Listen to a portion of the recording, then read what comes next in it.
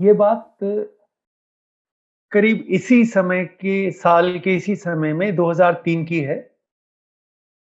मैं empire state में महाराज से आज्ञा लेके लंगर के बाद घर के लिए निकला और पार्किंग में अर्जुन सब्बरवाल अंकल, जो गुरुजी के बहुत प्यारे भगत हैं, सेवक भी हैं और पार्किंग की सेवा में रहते थे। तो उन्होंने मुझे अ, एक ए4 साइज़ की एक शीट दी, जिस पे गुड़गाँव की संगत के कुछ नाम लिखे हुए थे। और उन्होंने कहा, अंकल गुरुजी का हुक्म है कि गुड़गाँव में सत्संग होने चाहिए और ये आपकी सेवा है। तो एक तो खुशी हुई कि महाराज ने किसी लायक समझा, एक सेवा मिली और एक एप्रीहेंशन कि हमें यही नहीं पता सत्संग क्या होता तो हम करेंगे क्या?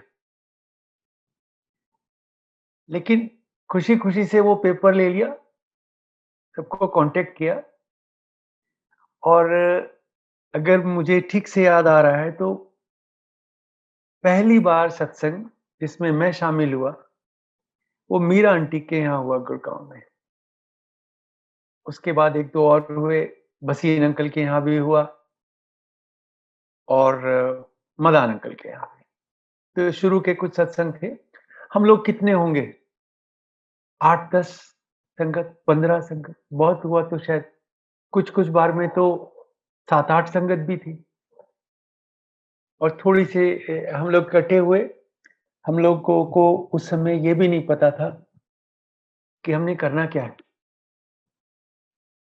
दरबार तो छोड़िए, गुरुजी का स्वरूप भी सबके पास नहीं था और बड़े वाला तो बिल्कुल भी नहीं। ड्राइंग रूम में बैठ गए, थोड़ी बहुत इधर-उधर की बात की, अच्छे से खाया-पिया और अपने-अपने घर चले आए। हो गया सत्संग।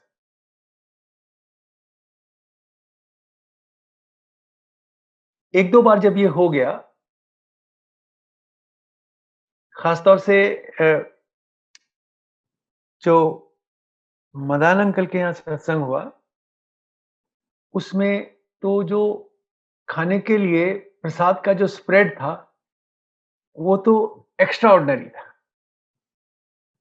और उसके बाद में जब महाराज के दरबार में हाज़िरी लगी तो सबसे पहले इसी बात की फटकार लगी कि ये किटी पार्टी नहीं होनी थी, ये गुरु का सत्संग होना था।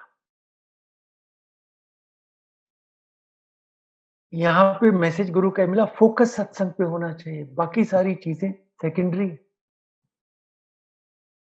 अभी तो यही नहीं पता था सत्संग क्या होता है, तो हम क्या करते? पूछ किसी से सकते नहीं थे। हुआ क्या कि पंजाब से एक संगत आई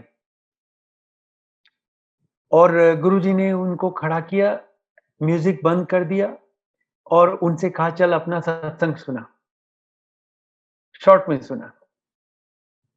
तो अंकल खड़े हुए और उन्होंने गुरुजी के साथ बिताए हुए समय और महाराज की जो ब्लेसिंग थी, उसको बड़े प्यार से सुनाया और हम लोगों को समझ में आ गया कि ये सत्संग है, हमने यही करना है। उसके साथ-साथ हमें कुछ इंस्ट्रक्शंस और मिली। उसमें ये था कि प्रसाद के लिए कुछ लंबा-चौड़ा काम नहीं होना है। एक मीठा, एक नमकीन और चाय प्रसाद। इसके अलावा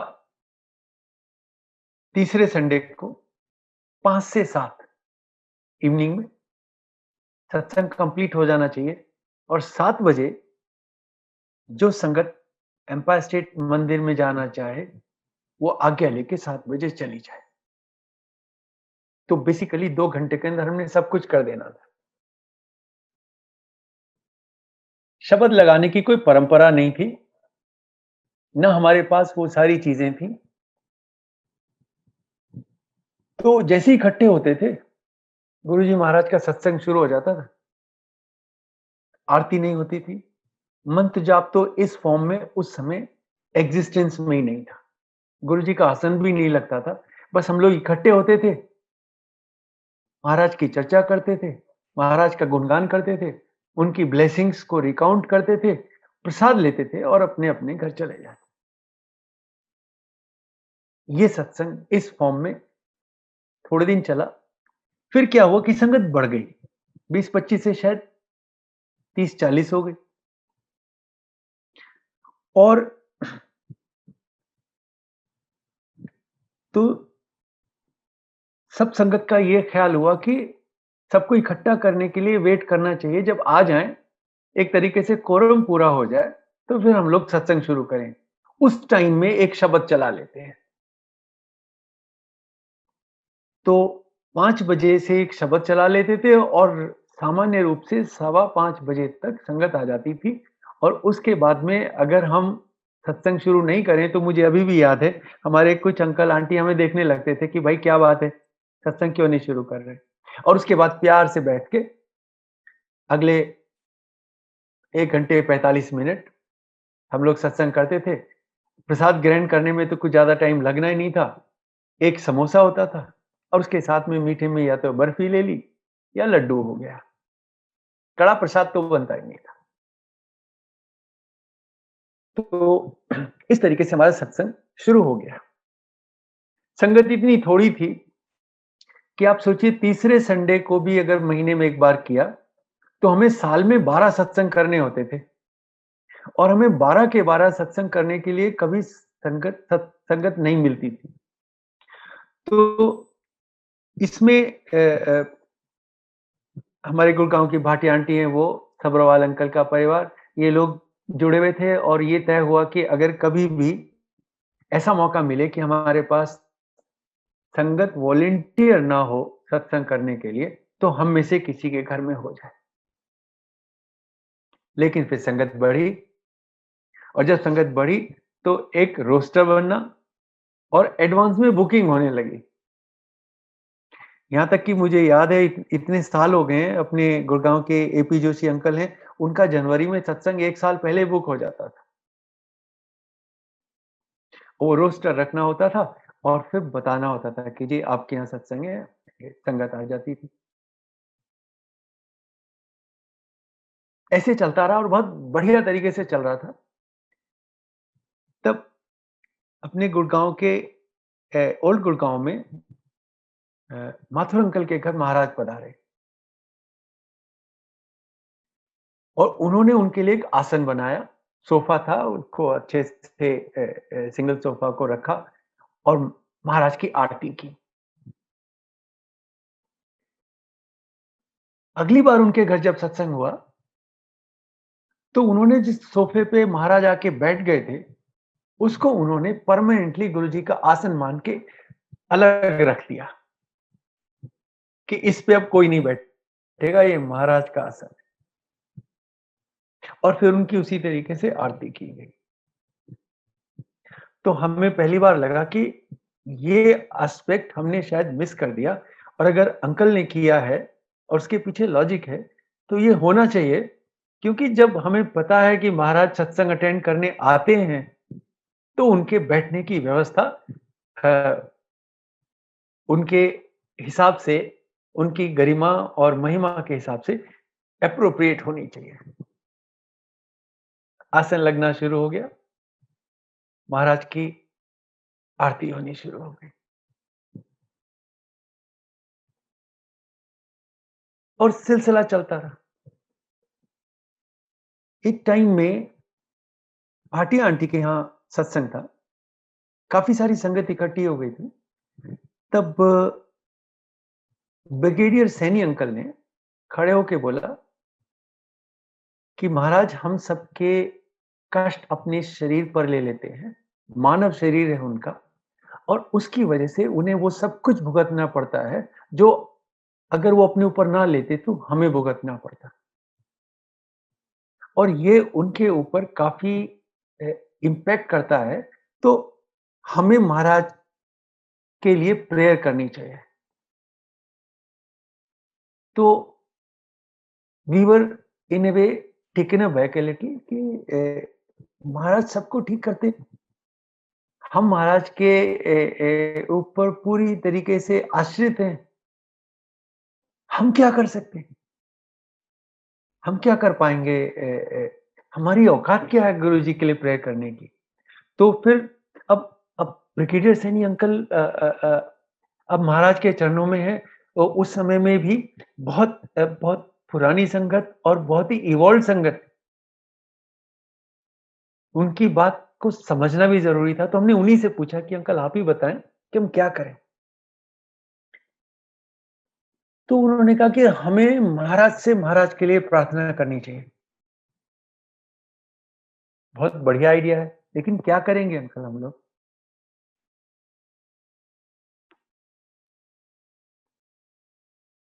सत्संग कोऑर्डिनेट करने की ज़िम्मेदारी मेरी थी, लेकिन गाइडेंस के लिए हमारे पास हमारे एल्डर्स थे गुड़गाँव की संगत के, आज भी हैं और हम उनकी गाइडेंस लेते रहते थे, लेते हैं। तो हमने कहा अंकल आप ही बताइए।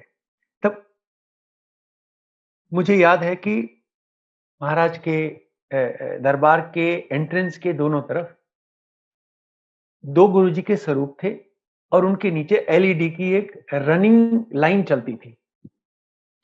उस पे लिखा होता था, जैसे वो जो फ्लो में चलते थे, ओम नमः शिवाय, शिवजी सदा सहाय, दोनों तरफ।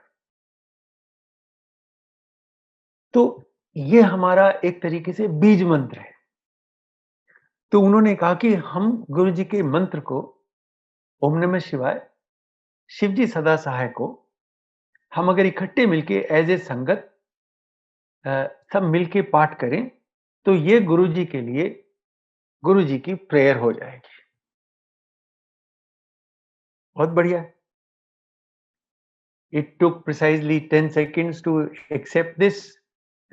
Sangat accepted it, and then one of the idea came कि भाई जब हम गुरुजी महाराज में और शिवजी महाराज में फ़र्क ही नहीं करते, तो क्या ये सही नहीं होगा कि एक लाइन में शिवजी सदा सहाय हो और दूसरी लाइन में हम गुरुजी सदा सहाय बोल रहे हैं? तो this was also liked by everyone, and that day Brigadier Seni uncle stood up and he recited this mantra and Sangat followed. पहली बार ये मंत्र जाप, अगर जिसको आज हम मंत्र जाप कहते हैं, भाटी आंटी के घर में ब्रिगेडियर सैनी अंकल ने कंसीव किया, कॉन्सेप्ट सामने लाए, संगत को बताया और खुद उसको संगत से कहलवाया। ये मंत्र जाप हो गया। इसके लिए इस समय तक महाराज से परमिशन नहीं ली गई थी,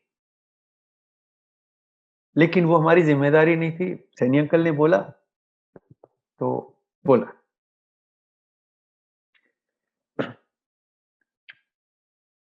और उसके बाद से हर चीज करीब करीब सेट हो गई।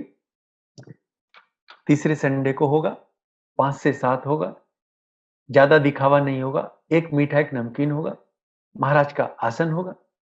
सबके पास स्वरूप नहीं था, अगर है तो महाराज का स्वरूप होगा। संगत बैठेगी, थोड़ा सा शब्द चलेगा और उसके बाद में सत्संग। 7 बजे will wind up. 7 o'clock was hard stop, यानी 7 बजे आपको खड़े होके बोलना पड़ता था कि जो संगत मंदिर जाना चाहे, वो मंदिर जा सकते।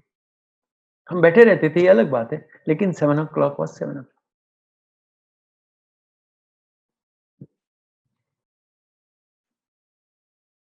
उसके बाद में संगत बढ़ गई और इतनी बढ़ गई कि ये सत्संग जो महीने में 1 बार होता था, वो ज़रूरी हो गया कि ये महीने में ज़्यादा हो। और उससे पहले मैं एक बात बताऊँ कि once in a month was such A sacrosanct concept कि अगर उसके अलावा सत्संग होना होता है, तो गुरुजी की परमिशन होती थी।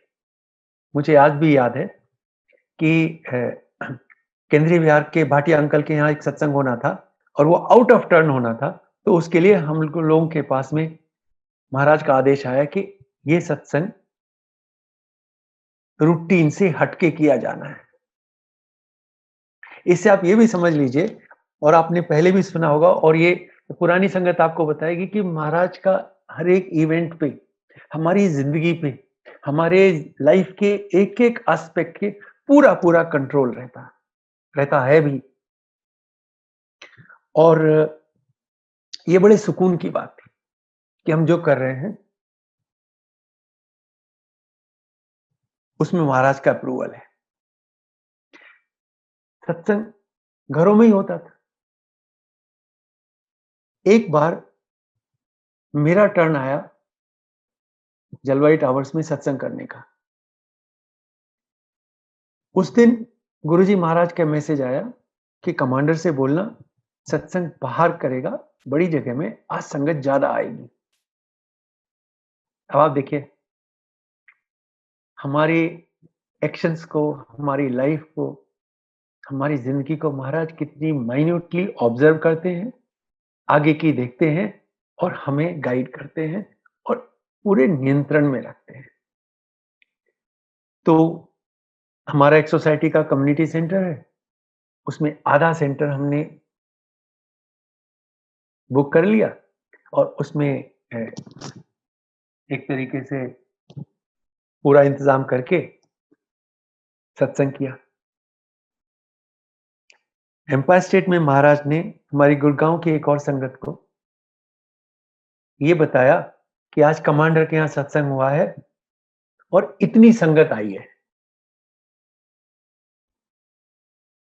तो हम लोग ठहरे, क्या बोलूं, उतना उतना एक तरीके से विश्वास नहीं होता। तो हम में से किसी ने वो सारी प्लेट्स गिनी, ताकि ये पता चल जाए कि कितना प्रसाद कितनी संगत ने लिया।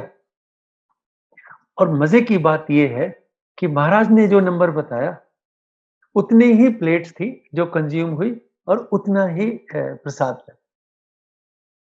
उससे एक बात पक्की हो गई कि गुरु के सत्संग में महाराज आते हैं। ये बात मानने की है। और इस इस एस्पेक्ट को मुझे मौका मिलेगा तो मैं डिटेल में शेयर करना चाहूंगा। जब हम कहते हैं कि गुरु जी से मांगो मत, गुरु जी से मानो, तो ये जो मानने वाला एस्पेक्ट है, ये कितना क्रूशियल है और कितना इंपॉर्टेंट है। सत्संग शुरू हो गए। इस तरीके से हमारे पास सत्संग के सारे कंपोनेंट वर इन प्लेस। बस एक चीज अभी डिफरेंट हुई कि बहुत सारी संगत ने अपने घरों में जो शुभ काम होने हों, चाहे गृह प्रवेश हो, चाहे शादी विवाह हो, या और कुछ अच्छा काम हो, तो उसकी शुरुआत महाराज के सत्संग से करनी शुरू की। और उसका एक इम्पैक्ट ये हुआ कि जो ये एक मीठा एक नमकीन होता था, उसकी जगह वो एलेबोरेट लंगर हो गया। और एक बार लंगर हुआ तो फिर किसी ने नहीं सुना, वो फिर हम वापस एक मीठे एक नमकीन पे नहीं आए, क्योंकि अब तो लंगर ही होना था। और आप किसी को रोकने की भी बात करते, तो जी वो नहीं होने वाला था। ठीक है, अब फिर जैसी महाराज की मर्जी, उसके बाद में कुछ पुशबैक तो मंदिर से नहीं आया, और गुरुजी ने भी कुछ नहीं बोला, तो हमने मान लिया कि ये महाराज ने एक तरीके से अप्रूव कर दिया कि अब एक मीठा एक नमकीन पे तो हम वापस नहीं आ पाएंगे, हम लोग इत्मीनान से अब लंगर करेंगे। अब इतना हो गया कि लंगर जितना सिंपल रखा जा सके उतना रखा जाए। तो शुरुआत तो लंगर की ऐसी हुई जैसी शादी विवाहों में होता है। मुझे याद है पूरा मेन्यू इलेबोरेट बन जाता था लंगर के लिए, लेकिन कम से कम हम लोग भले ही मीठे नमकीन पे नहीं आए, लेकिन धीरे-धीरे करके हम लोग एक एक बड़े सिंपल लंगर के ऊपर आके सेटल हो गए। वापस मंत्र जाप पे आते हैं। गुड़गांव की आंटियों को बड़े मंदिर में लंगर बनाने का मौका मिला, जो लंगर शाम को एम्पायर स्टेट में जाता था। अब क्योंकि ये सब मंत्र जाप से कनेक्टेड थे। तो इन्होंने मंदिर में जाके जब अपना लंगर सेवा शुरू करनी, तो उससे पहले इकट्ठे होके इन लोगों ने मंत्र जाप शुरू कर दिया। और ये एक छोटा-सा चैलेंज हो गया, क्योंकि कुछ जो जो गुड़गाँव के बाहर की संगत थी, जिनको मंत्र जाप का ये कॉन्सेप्ट या तो पता नहीं था या जिन्हें हज़म नहीं हुआ, उन्होंने इस चीज़ को जेंटली, माइल्डली रेज़ कर दिया। हमारे लिए तो ब्लेसिंग इन डिस्गाइज़ हो गई, क्योंकि ये चीज़ महाराज के पास पहुँच गई। मुझे याद है हम लोगों के पास जब आते हमने कहा अंकल, सिंगला अंकल से कहा अंकल गुरुजी से बात कर लो, अगर वो आदेश देंगे, अप्रूव करेंगे तो कंटिन्यू करेंगे, नहीं करेंगे तो फिर जैसी महाराज की आज्ञा।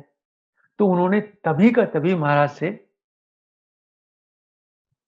ये बात डिस्कस कर ली और महाराज ने कहा बिल्कुल ठीक है, गो अहेड, भगवान का नाम ले रहे हैं एंड दिस इज ओके। उसके बाद क्या था, then we had Maharaj approval and हमारे सत्संग रेगुलरली चलते रहे और प्राइमरीली गुड़गांव में चलते रहे। गुड़गांव के बाहर अगर कभी सत्संग होना होता था तो स्पेसिफिकली गुरुजी के अप्रूवल से होता था और इनवेरिएबली महाराज वहां जाते थे।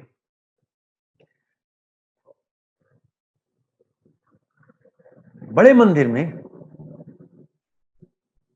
मंत्र जाप पहली बार गुरुजी के चोला बदलने के बाद जब संगत पहली बार इकट्ठी हुई, तो मुझे याद है हम लोग को समझ में नहीं आता हम शुरुआत कैसे करेंगे, क्योंकि और कुछ सूझ नहीं रहा था। तो जिस तरीके से गुड़गांव में हम मंत्र जाप किया करते थे, मेन हॉल में खड़े होके मैंने संगत से प्रार्थना की और हम लोगों ने मिलके मंत्र जाप किया और उसके बाद से मंत्र जाप हमारी सेवा का, हमारे सत्संग का और हमारी उपासना का और महाराज के प्रति भक्ति का एक प्रतीक बन गया है और हमारी जिंदगी का इंटीग्रेटेड हिस्सा है।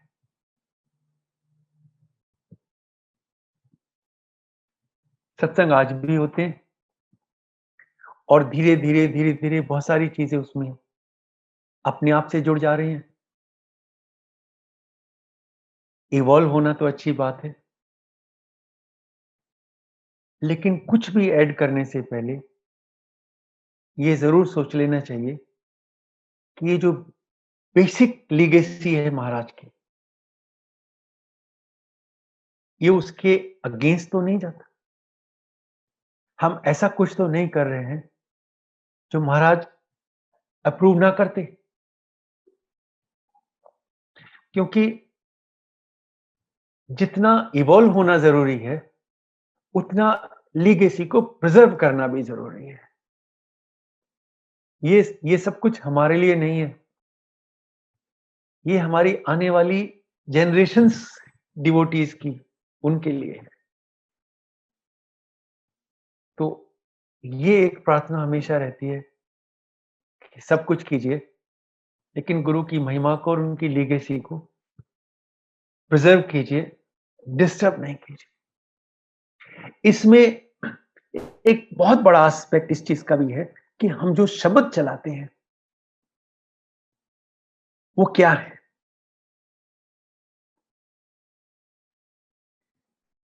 एम्पायर स्टेट में 2 तरह का म्यूज़िक होता था, लंगर से पहले का और लंगर के बाद का, लंगर शुरू होने के बाद। लंगर से पहले का जो जो म्यूज़िक था, वो शब्द शब्द वाणी, स्पिरिचुअल मैसेजेस के साथ और ये मैसेजेस जो शब्द बजते थे, उनसे मिलते थे। मुझे राजेंद्र सिंह अंकल से एक बार बात करने का मौका मिला, जिन्हें हम डीजे अंकल कहते थे, जो गुरुजी का म्यूज़िक सिस्टम मैन करते थे, जिससे ये सब चलते थे। तो मैंने उनसे पूछा था कि अंकल ये जो शब्द हैं, ये कैसे डिसाइड होते हैं? तब उन्होंने मुझे बताया कि बंगला साहिब गुरुद्वारे के बाहर खूब सारे कैसेट मिलते हैं और वो काफ़ी सारे लेकर आते हैं और नॉन संगत टाइम में महाराज उनको सुनते हैं, कई बार सुनते हैं, ज़्यादातर वापस चले जाते हैं और कोई-कोई शब्द रख लिया जाता है और इस तरीके से एक पूरी की पूरी एलेबोरेट लाइब्रेरी बिल्डअप हो गई है, जिसमें हर वो शब्द है, जो डायरेक्टली और इनडायरेक्टली हमारे महाराज की वाणी है। इसलिए आपको कभी भी कोई दिक्कत हो, मन में कुछ विचार आ रहा हो और आप गुरु का शब्द सुन लो, उसमें आपके लिए आंसर्स हैं। एक मौका मुझे याद है कि एक संगत ने गुरुजी के पास जाकर कुछ पूछने की कोशिश की। तो गुरुजी ने उन्हें कहा कि तू जाके शब्द सुन। तो ये अच्छी बात है गुरु की नई-नई अरदास बन रही हैं, नया-नया म्यूज़िक आ रहा है और सुनने में बहुत सारा अच्छा भी लगता है। लेकिन ये उसको रिप्लेस नहीं कर सकता, जो महाराज का ब्लेस्ड म्यूज़िक है। तो आप कभी भी कुछ चलाएँ, इस बात का ध्यान रखें कि वो ब्लेसिंग जो उस शब्द वाणी से मिलती है, जो गुरु ने अप्रूव की और वो थोड़े बहुत नहीं है, 150 से ज़्यादा हैं। पूरा का पूरा एलेबोरेट म्यूज़िक है। उसके बाहर नहीं जाएँ और जो बाकी सब कुछ है, जो नया है, उसको आप अपने स्पेयर टाइम में सुन लें। जो लंगर और उसके बाद का टाइम होता था, उसमें इनवेरिएबली फ़ोक म्यूज़िक सुनने को मिलता था। पंजाब का लाइट नंबर्स हो गए, कैजुअल म्यूज़िक हो गया, फ़ोक डांस हो गया, फ़ोक म्यूज़िक हो गया, पंजाबी सिंगर्स का हो गया और वो बहुत एंटरटेनिंग होता।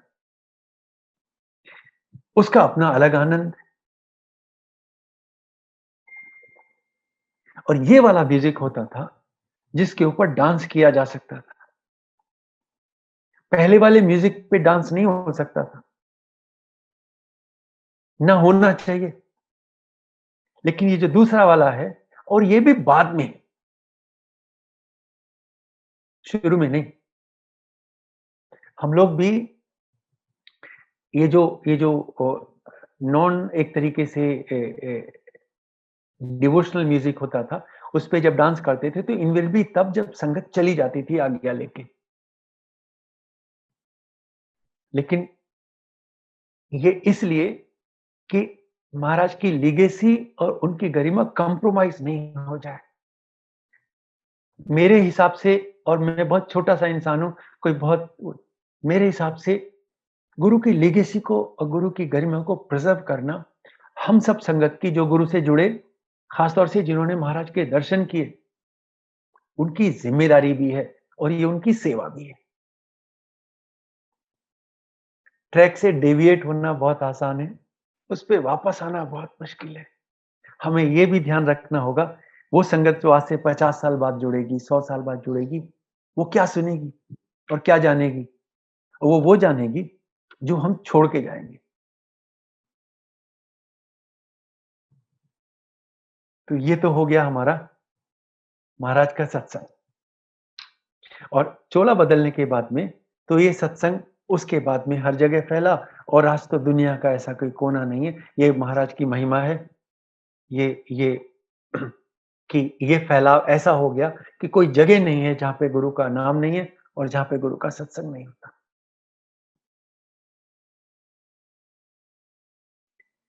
एक चीज़ पे मैं फिर आता हूँ, जो मैं कल भी मैंने ज़िक्र किया था, लेकिन मैं आपको एक एक बात बताता हूँ, महाराज बहुत सारी बातें जो बहुत गहरी होती थी, लेकिन बड़े मज़ाक में कह देते थे। लेकिन हालाँकि उनकी ह्यूमर का कोई जवाब नहीं था, लेकिन इम्पैक्ट सॉलिड होता था। जो कहना चाहते थे, जिसे समझाना चाहते थे, वो समझ भी जाता था। ऐसी एक एक एक गुरु के साथ जो ह्यूमरस इंटरेक्शन हो, एक एनेक्डोट है, वो मैं पहले शेयर करता हूँ और उसके बाद मैं आपसे बात बताता हूँ उसका मैं क्या समझा। मदन अंकल के यहाँ गुरुजी आए हुए थे। मैं और आंटी मत्था टेके और खड़े हुए और जैसे ही जाने के लिए मुड़े, Guruji in a very light mood said, retired फौजी को 2 ही काम आते हैं या शायद फौजी को 2 ही काम आते हैं। एक तो वो अपनी घरवाली को चिपका के रखता है और पुरानी कार को चमका के रखता है। Everybody laughed and I didn't get it. So मैं थोड़ा-सा एम्बैरेस हो गया क्योंकि मेरी आंटी हमेशा मेरे साथ ही रहती थी। तो मुझे लगा शायद ये this this humour is directed and it is at my cost. तो मैं चुपचाप से नीचे करके वहाँ से मुड़ने को लगा एंड गुरुजी सेड ये message can not be lost and पीछे से बोले कमांडर ठीक कह रहा हूँ ना मैं? मैं हाथ जोड़े मुड़ा, मैंने कहा जी गुरुजी और वहाँ से डिसअपियर हो गया। इतनी जल्दी से डिसअपियर हो गया कि मैं खड़ा भी नहीं रहा वहाँ। महाराज के सामने खड़े होके फुटेज खाने वाली बात तो बहुत दूर की है। You just wanted to be there, मत्था टेको और निकल लो और दूर से फिर महाराज को देखो। एंड मेरे से लोग बहुत एनवी करते थे उन लोगों को जो गुरुजी से ऐसे ही बैठ के बात कर लेते थे, कैजुअली, जिनसे महाराज हँसी मज़ाक कर लेते। इस मैसेज को अगर उन चीज़ों से कनेक्ट किया जाए जो गुरुजी ने समय-समय पे कही, उसमें ये है कि मेरे लिए तो ठीक है, लेकिन इस सबको अपनी आंटियों को अपने साथ रखना, चिपका के रखना, उन्हें अपने सुख-दुःख में साथ रखना, उनको उनको अपनी लाइफ के हर डिसीजन में भागीदारी देना, ना केवल इम्पोर्टेंट है, बल्कि गुरु की आज्ञा भी है। और ये मैसेज मैंने वहाँ से लिया और ये मैसेज जितना तब सही था, उतना आज भी सही है कि आप अकेले खुश हैं तो क्या खुश हैं। सो ये मेरी हमेशा सब अंकल लोगों से एडवाइस रहती है कि एक बात और, गुरुजी ने कहा कि मैं आंटियों की पहले ही सुनता हूँ क्योंकि मुझसे दिल से जुड़ती हैं। अंकल लोग दिमाग से जुड़ते हैं। आंटी जब माँगती है, तो परिवार के लिए पहले माँगती है। अंकल माँगते हैं, अपने लिए माँगते हैं। तो अंकल की ब्लेसिंग को ब्लेसिंग दी, तो अंकल को ब्लेसिंग दी। आंटी को ब्लेस किया, तो फैमिली को ब्लेस किया। इनडायरेक्टली कहूँ या डायरेक्टली कहूँ, तो आपके घर में आपकी आंटी गुरु से दिल से जुड़ी है, तो वो गुरु की रिप्रेजेंटेटिव है। She represent Guru at your home. Don't look further, just look at her and look at the Guruji within her and just make sure that you treat her like you would have treated Guruji. That respect, that care, that love,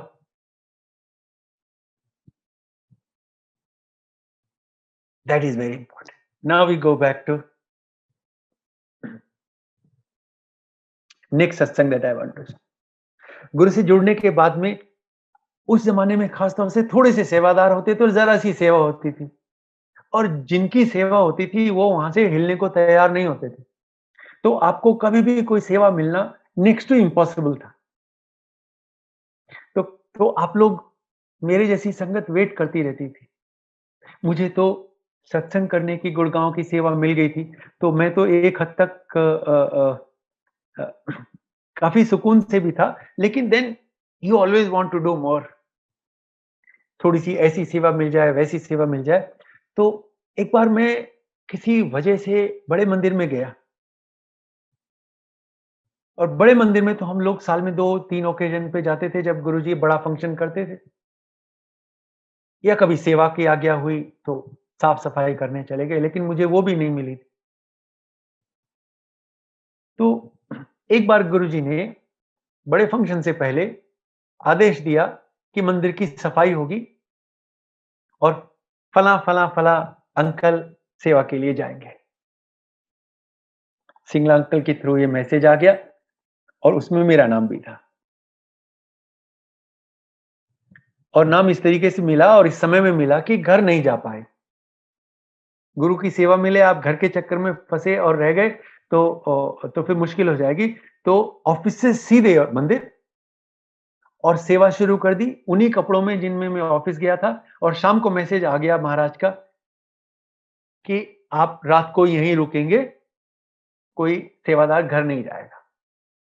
तो मुझे याद है जेठा uncle, उनके बेटे Singla uncle, Arvind, मैं और लोग हम सब सारे थे।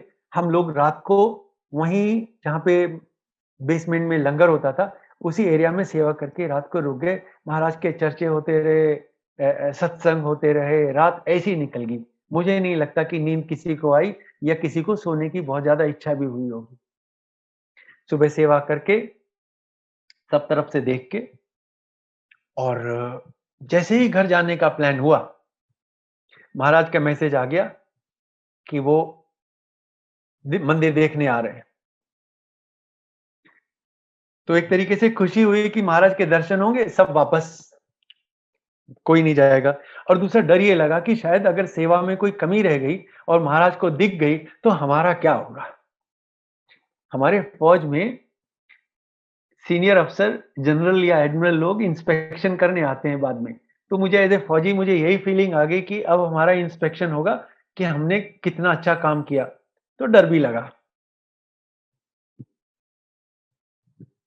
मगर खुशी भी हुई। 11 बजे, साढ़े 11 बजे के करीब महाराज आए और हम सबके लिए खूब सारे आलू के पराठे बनवा के लाए। सेवादारों को अच्छे से खिलाना-पिलाना was essential part of Maharaj routine. तो फिर मुझे याद है सफ़ेद ट्राउज़र और शायद yellow shirt, sports shoes, Maharaj looking graceful and beautiful as always और हम लोग तो धन्य हो गए, मत्था टेका और उसके बाद में मैसेज गुरुजी का था that he was very happy और सेवा बहुत अच्छी हुई and then we felt so blessed but things did not end here. Guruji ने मंदिर के मेन हॉल से कुछ जो आर्टिफैक्ट्स या जो चीजें वहां रखी थी, उठा के सेवादारों में डिस्ट्रीब्यूट करनी शुरू की। तू ये ले ले, तू ये ले ले। और मुझे एक्चुअली जो चीज तब दी जा रही थी, मुझे वो नहीं चाहिए थी। मुझे एक ब्रास का गुलदस्ता जो मंदिर में शिवजी महाराज की मूर्ति के साइड में रखा था पीछे की तरफ, वो चाहिए था। और जो चीजें डिस्ट्रीब्यूट हो रही थी वो आगे की थी। तो मैंने मन में सोचा कि महाराज मुझे तो वो वाला चाहिए और मैं निकल के बाहर आ गया।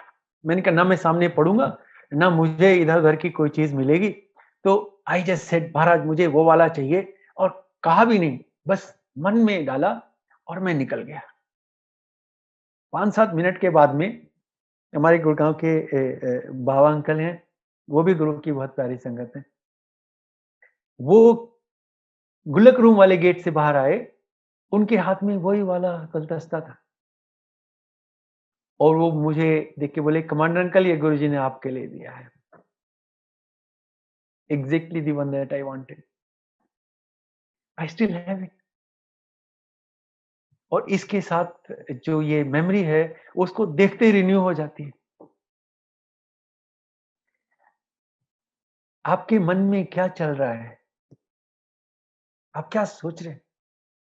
आपके साथ क्या हो रहा है? आप कहाँ हैं? He knew everything and he knows everything. गुरु से परे कुछ नहीं है and it is a good thing.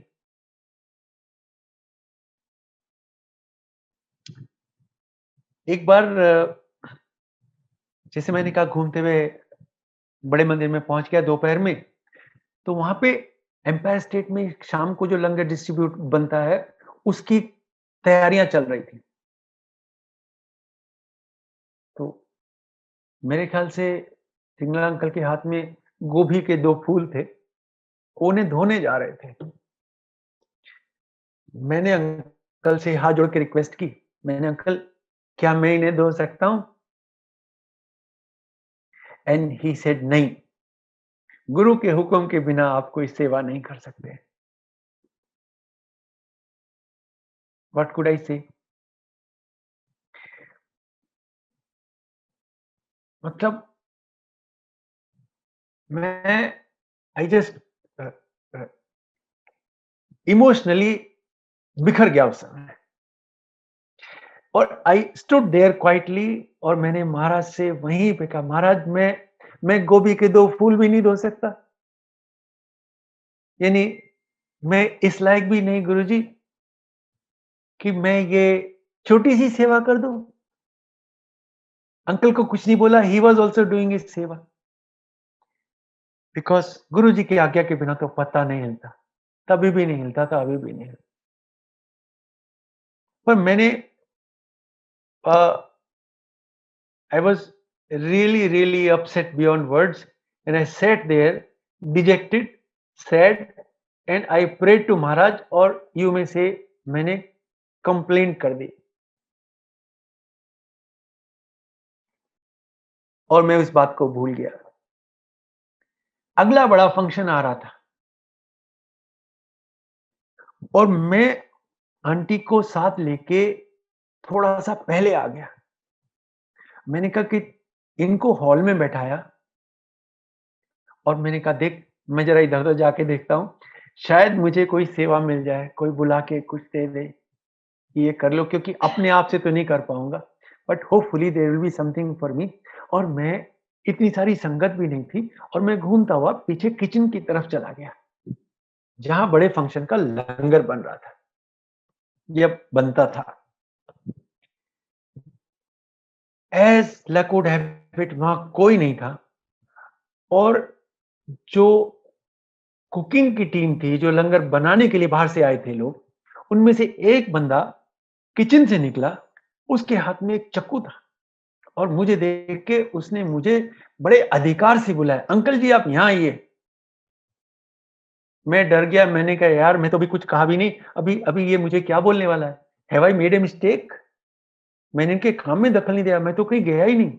And he had that type of knife, जिसे अगर आपको याद है आरी को आगे से पहना करके पीछे कपड़ा बांध देते हैं और उसमें सामने की तरफ बहुत अच्छी धार होती है और वो अगर आप केयरफुल नहीं हो तो वो आपका हाथ काटती रहती है सेवा करते समय। तो उसने मेरे हाथ में चाकू दिया, बोले इधर आओ, और मैं अंदर गया तो एक बड़ा वाला ड्रम भरा हुआ टमाटर का रखा था। अब मुझे देख के पूछते अंकल ये कौन काटेगा? अब मैंने कहा भाई मुझे क्या पता कौन काटेगा। एंड देन ही सेड ये लो चाकू, ये बैठो और ये टमाटर काटो सैलेड के लिए। मैं 2 गोभी के फूल धोने के लिए गुरुजी से कंप्लेंट की थी और वो मेरे ख्याल से 50-100 किलो टमाटर होंगे, जो मुझे काटने के लिए दे दिए गए और मेरी हेल्प के लिए वहाँ पे दूसरा सेवादार नहीं था। ना किचन में कोई आया और ना कोई वहाँ पे आना था। उसके बाद दुनिया का सत्संग हुआ, दुनिया के शब्द सुने, महाराज के दर्शन किए, लंगर किया। कमांडर अंकल वहाँ बैठ के अगले कितने घंटे तक वो टमाटर काटता रहा। मुझे और कुछ करने को नहीं मिला। मैं गुरुजी के दर्शन भी नहीं कर पाया इस चक्कर में। और आंटी जब गुरुजी को मत्था टेक के म्यूजिक रूम से बाहर निकल रही थी, जैसे मत्था टेका गुरुजी का, Guruji looked at her and give more than a reasonable smile. मतलब काफ़ी सारे दाँत दिखे उनके and aunty was surprised because aunty को गुरुजी इस तरह से कभी नहीं भाव देते थे। And she comes out and tells me कि आज तो गुरुजी ने बहुत स्माइल दी मुझे। मैंने कहा मुझे पता है गुरुजी ने तेरे को बोला वो कमांडर से मिल, टमाटर काट रहा है, उसे गोभी धोनी थी। सो छोटी सी बात है, बट दिल रख लिया। और उसके बाद में अ, लंगर डिस्ट्रीब्यूशन के लिए, उसके बाद के फंक्शन में लंगर डिस्ट्रीब्यूशन के लिए ऑलमोस्ट जैसे मैं पकड़ा गया हूं, तुम क्या कर रहे हो? और ये काम किया जनरल मल्होत्रा अंकल ने। मुझे बुलाया और पूछा तुम कब से आ रहे हो?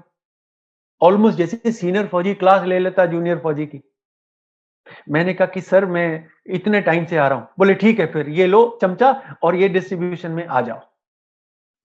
and that was the start of the seva, and I have never looked back, and Maharaj has been so kind, so gracious, so benevolent, so loving that in spite of all that may be wrong with me, in spite of all the mistakes that I have made, he like a mother has never given up on me. और ये उनकी बहुत बड़ी महिमा है। इसका इसका शुक्राना भी नहीं किया जा सकता। हम इस लायक भी नहीं।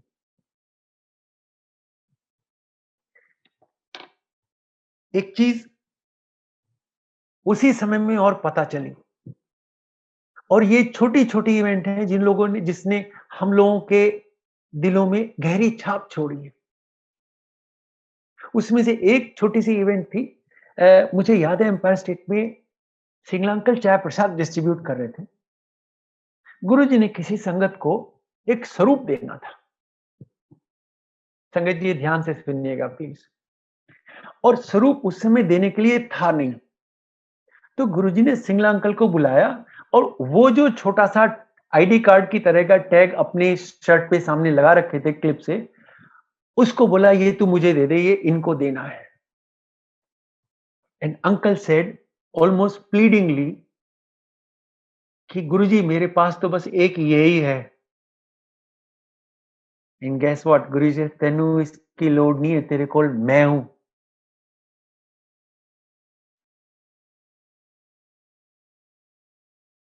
That left such a profound impact on me. अगर आपके पास गुरु है तो आपको किसी और चीज की जरूरत नहीं है।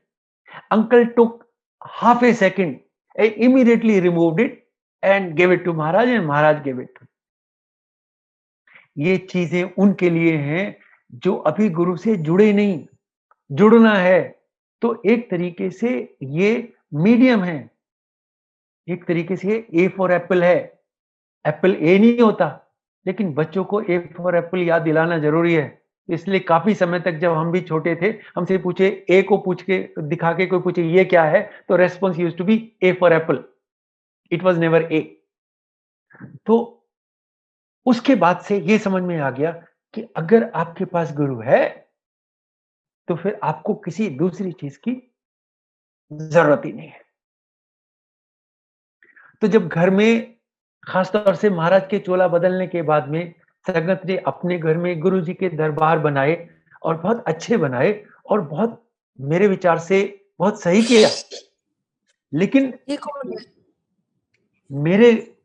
मुझे जब घर में बैठ के मैंने और आंटी ने डिस्कस किया कि हमें क्या करना चाहिए, तो हम लोगों का एक ही जवाब था, गुरु हमारे दिल में है तो इसकी जरूरत नहीं, और अगर दिल में नहीं है तो सारे घर में दरबार बना के रख लो, कोई फर्क नहीं पड़ने वाला है।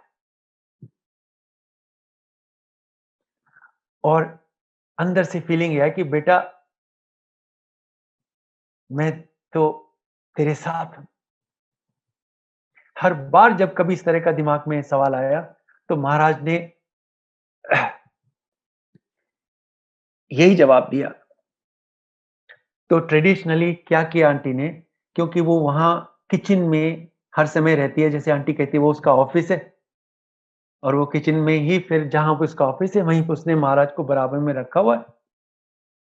सो वो अपना काम करती रहती है और गुरुजी को देखती रहती है। जहां तक मेरा सवाल है, मैं आंटी को देखता रहता हूँ, आंटी गुरुजी को देखती रहती है, तो मेरा भी काम चलता रहता है और आंटी का भी काम चलता रहता है, और हम दोनों का काम इसी तरीके से चलता रहता है। गुरुजी महाराज से जुड़ने में एक सिंप्लिसिटी चाहिए, एक इनोसेंस चाहिए, एक भोलापन चाहिए। भोलेनाथ से जुड़ने में शान पट्टी नहीं चलती। जिस तरीके से जैसे गुरु वैसे भगत। सोनिया आंटी से आज्ञा चाहूंगा, आज के लिए यहाँ पे हम लोग अर्ध विराम देते हैं, और महाराज की आज्ञा होगी तो फिर अपन लोग कल फिर मिलेंगे, यहाँ से कंटिन्यू करेंगे। आप सबका बहुत बहुत शुक्राना है। मेरी हमेशा सब प्रार्थना रहती महाराज से, महाराज अपनी संगत का ख़्याल रखिए। वो मेरी प्रार्थना की वेट थोड़ा ही कर रहे हैं, लेकिन फिर भी दिल में आता है तो कह देता हूँ। और आप सबसे प्रार्थना करता हूँ, जुड़े रहिए, ऐसा कुछ मत करिए जिससे महाराज आपसे अलग हो जाएँ। होंगे नहीं, और आप ऐसा कुछ कर नहीं सकते और वो करने भी नहीं देंगे। इस बात पे hopefully will get to talk again tomorrow. लेकिन तब तक के लिए जय गुरु जी, अपना ख़्याल रखिए, महाराज से जुड़े रहिए।